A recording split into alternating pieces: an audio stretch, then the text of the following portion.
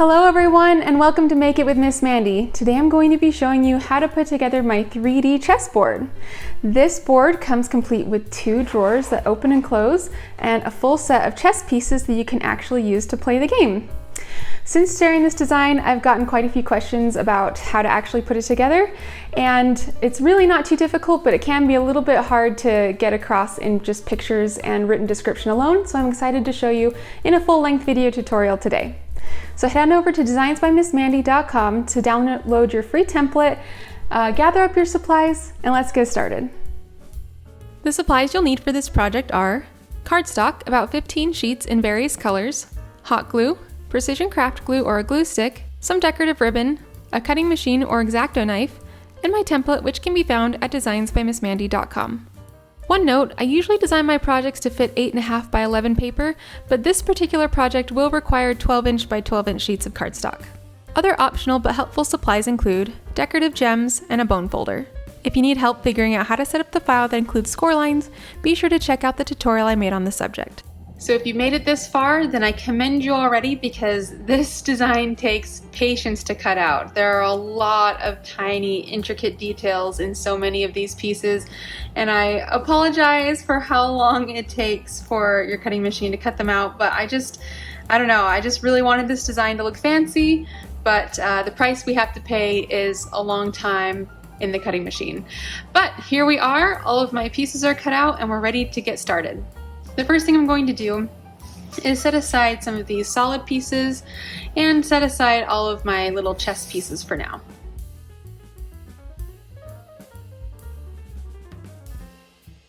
We're going to focus on the side pieces of our chessboard and these little drawer pieces. And so to start with, we're going to start layering these sections.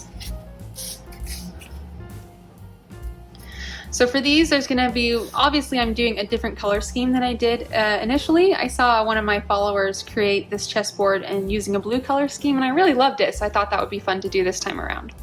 So I've got 2 like solid rectangle pieces, and then I have 2 pieces that have a hole, excuse me, that have a rectangular hole cut out of them. So first we're going to start with these pieces, and you can kind of tell which ones they're going to go to. These ones are going to go here and here, and these more solid ones are going to go here and here. And then once those are in place, then we're going to find and match up our more detailed pieces, namely these 2 and these 2. And then, as you probably could guess, these ones with the big hole in them are going to match up to this one and this one, and then these 2 are going to go here and here. So I'm just going to use my precision craft glue and get these all glued together.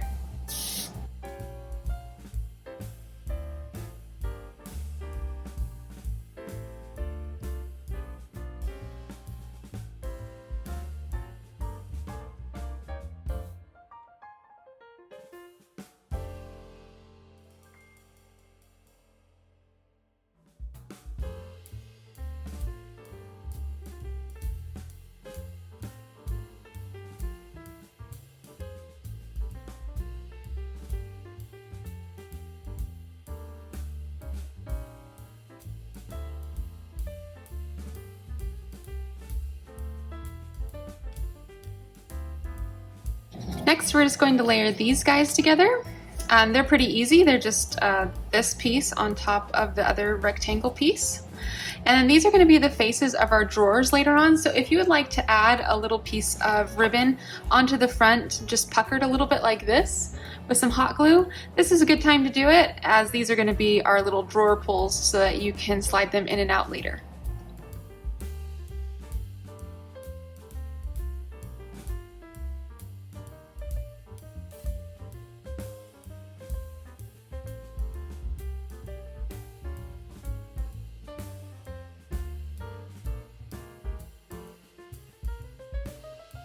With all of these pieces assembled, the next thing we're going to work on is the top of our chessboard, which is comprised of this solid square piece, this square piece that has a few little details cut out around the edge, this piece with some larger holes cut out of it, this intricate, very decorative border piece, and then these two chessboard pieces. So I'm just going to use my precision craft glue once again and layer all of these together.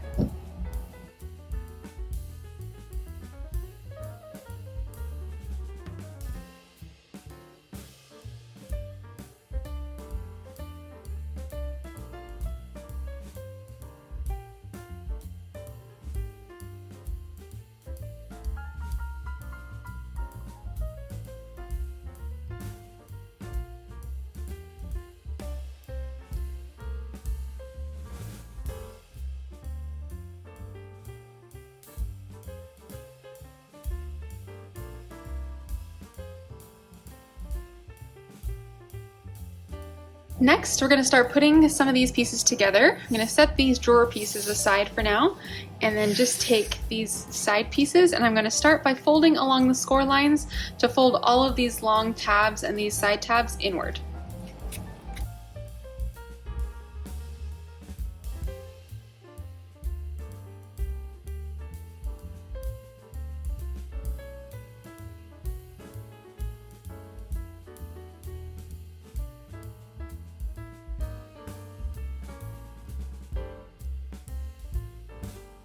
Now I'm just going to flip this over.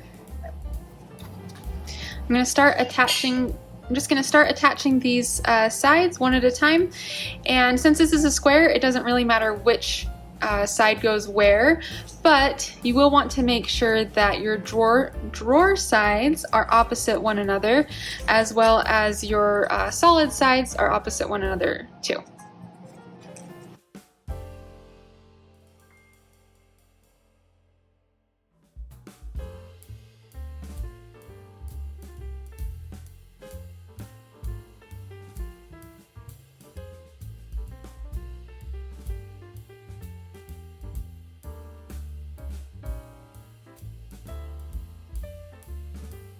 With each of those sides in place, the next thing we're going to do is focus on the drawers.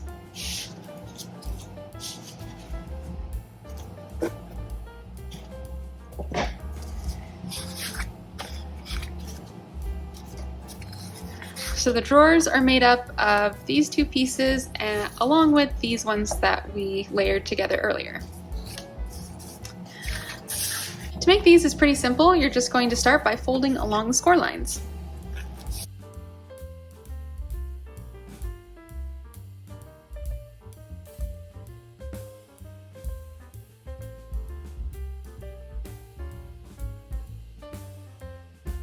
Glitter paper is beautiful, but man, is it messy. I don't know if my desk will ever recover from this.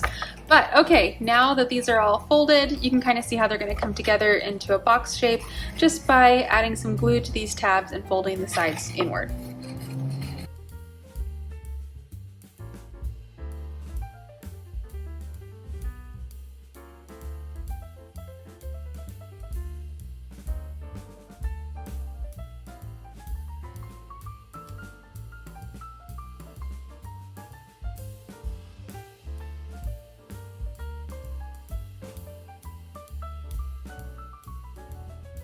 Once these are assembled, the next thing to do is just to add the drawer faces to the front.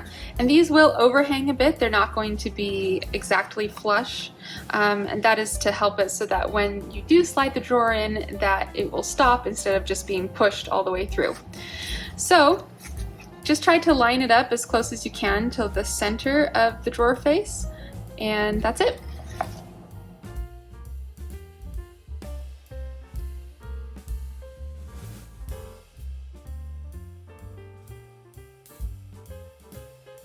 So now your two drawers are done, but before we can slide them into the chessboard, there's one more thing we need to do.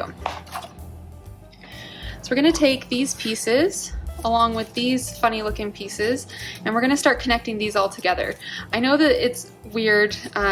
These pieces I think are probably the ones I get the most questions about. They don't look like they belong to anything, but this is where they're going to go. So first we're just going to start by connecting these two large rectangle pieces, just using this score line right here in this tab as a guide.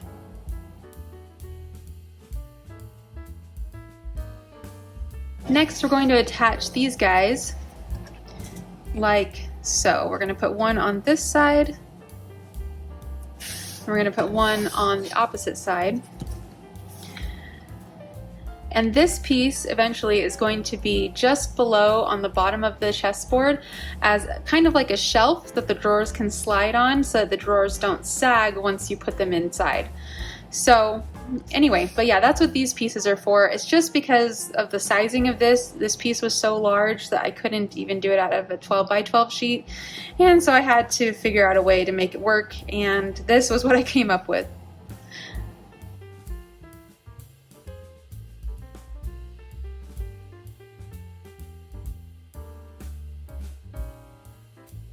So when all four of those pieces are connected, this whole section should look like this. Now, the next thing we're going to do is to take all of these little edges that are hanging off and fold them inward.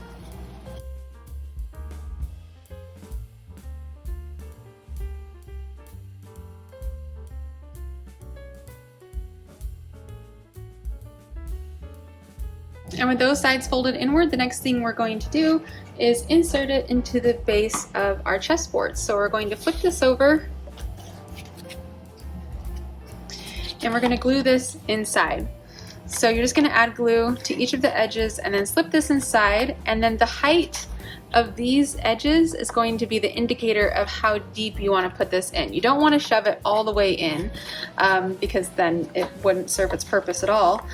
But you want to put it in just so that the bottom of these tabs lines up with the bottom of this portion of your chessboard. I'm trying to kind of slide it in without glue first just to show you what I'm talking about. There we go. So once that's all in, you can kind of see that this will act as a shelf for the drawers and that they'll be able to slide in and out without sagging.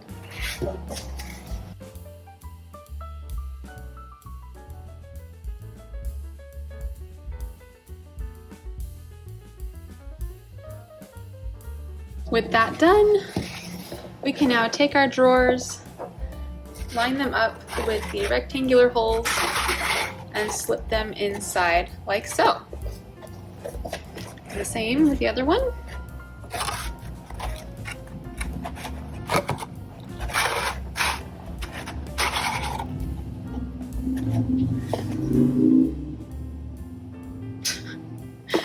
All right, there we go.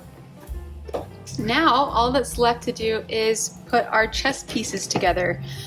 So I'm just going to sort these out real quick and then I'll show you how to do them.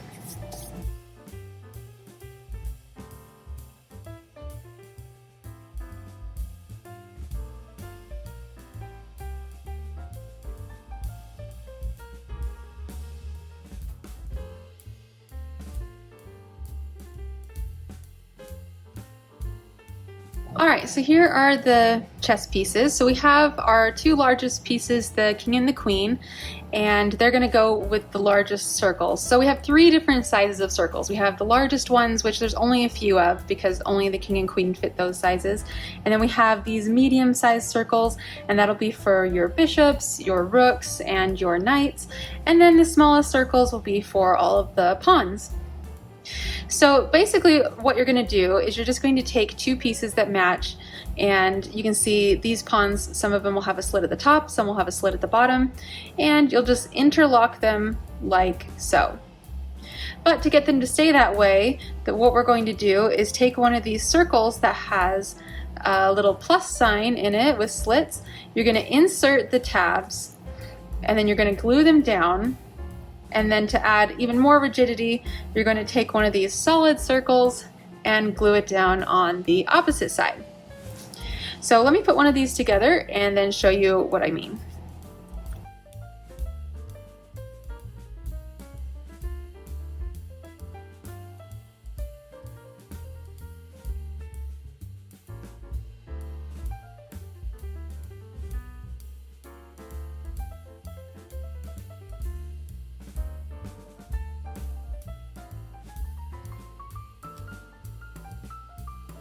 So all of the tabs are glued down. You can tell this is getting kind of messy because these tabs are really tiny, Now I'm just going to add some more glue to the bottom.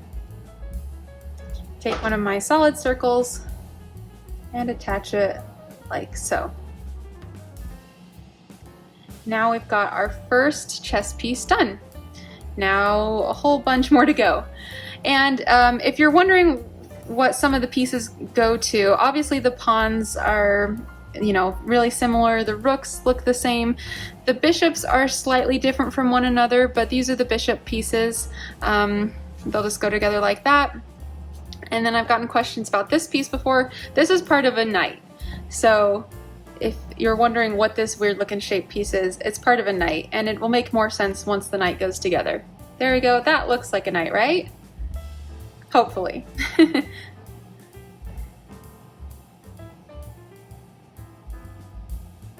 Now that all of these pieces are done, it's time to move on to the white pieces.